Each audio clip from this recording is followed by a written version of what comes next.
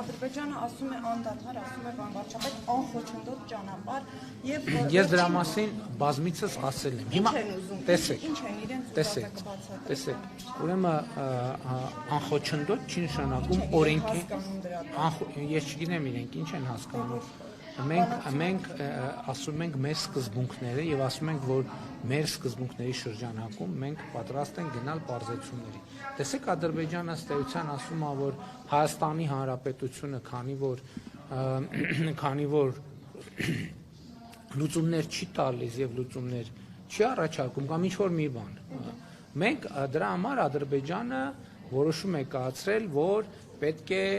օգտվեն Իրանի երթուղուց։ Այսինքն սա նշանակում է, որ Իրանի երթուղին եւ պայմանները իրենց համար ընդունելի են, հակառակ դեպքում իրենք չէին օգտվի դրանից։ Եվ մենք որպեսզի նաեւ այս համատեքստում ամեն ինչ པարզ հասկանալի լինի, եւ մենք ասում ենք, որ պատրաստ ենք նույն պայմաններով, ինչ պայմաններով Իրան Իսլամական Հանրապետությունով են անցնում, նույն պայմաններով ապահովել Հայաստանի Հանրապետության տարածքով, որպեսզի ի ցույց դնենք, թե այն ընկալումը, որ մեր առաջարկած պայմանները Ադրբեջանին կարող են ընդունելի չլինել, իրականությանը չեն համապատասխանում։ Եթե նույն պայման ընդունելի է Իրանի Իսլամական Հանրապետության տարածքով անցնելու համար, ինչու պետք է ընդունելի չլինի Հայաստանի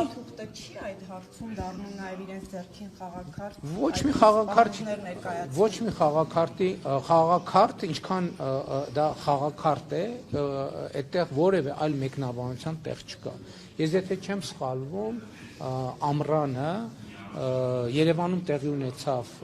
քննարկում հրապարակային խաղաղության խաչմերուկ նախագծի վերաբերյալ եւ ես նաեւ իմ ելույթում մանրամասն անդրադարձել եմ նոյեմբերի 9-ի Ինչը ասում եք գրեթե նույնականն են խաղաղության խաչմերուկը եւ նոյեմբերի 9-ի 9-րդ կետը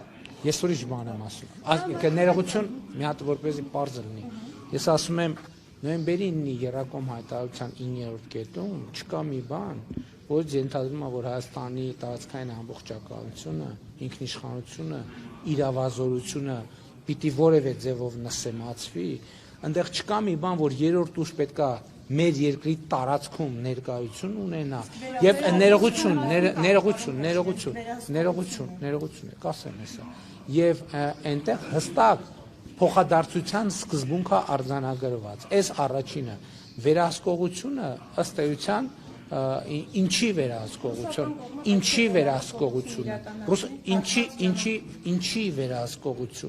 ինչի վերահսկողությունը հասկանաք շատ կարևոր է այդ հարցի պատասխանը ստանալ եւ որտեղ վերահսկողությունը մենք այդ հարցին տվել ենք պատասխան եւ ասել ենք որ դա կարող է լինել եւ մեր ընկալմամբ դա կարող է լինել մոնիտորինգի գործառույթ որը կարող է իրականացվել Մոսկվայից կամ չգիտեմ արբանյակային կապի միջոցով արբանյակային գործիքների միջոցով ել չեմ ասում ամենակարևորը նոյեմբերի 9-ի Երակոմ հայտարարությունը միայն 9-րդ կետ չունի մի րոպե որ մեկնաբանության տեղիք է տալիս ֆիքսված այդ թվում 2020 թվականի նոյեմբերի 10-ի Ռուսաստանի Դաշնության նախագահի հրամանագրի մեջ տեսեք ուրեմն ելի եմ կրկնում որևէ տեղ որևէ բան գրած չի որ Հայաստանի տարածքային ամբողջականությունը ինքնիշխանությունը իրավազորությունը որևէ կերպ կարող է նսել, չկա այդպիսի բան, դա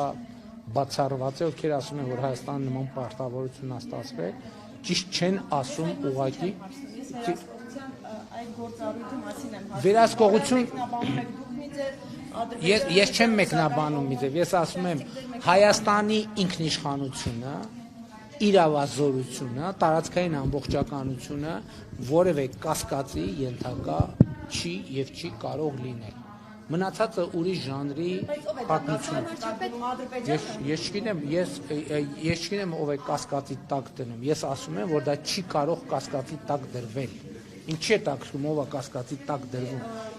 Ես ասում եմ, որ դա չի կարող կասկածի տակ դրվել։ Վարչապետ, տեսեք, մենք գնում ենք Հայաստանը գնում է խաղաղության, հա, բայց մեր ընդդիմադիր դաշտից շատ հաճախ են խոսում, որ սա խաղաղություն չէ, ինչպես նաև Սերժ Սարգսյանը հայտարարեց, որ Լեռնային Ղարաբաղի էջը փակված չէ, իրենք պետք է այդ հարցը մտցնել նորից քաղաքական այս հայտարարությունների Ես այդ հայտարարություններին արձագանքել եմ նույնիսկ այդ հայտարարությունները արվելուց առաջ եւ ասել եմ, որ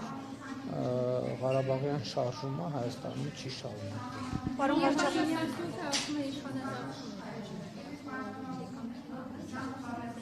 Ով է ասում։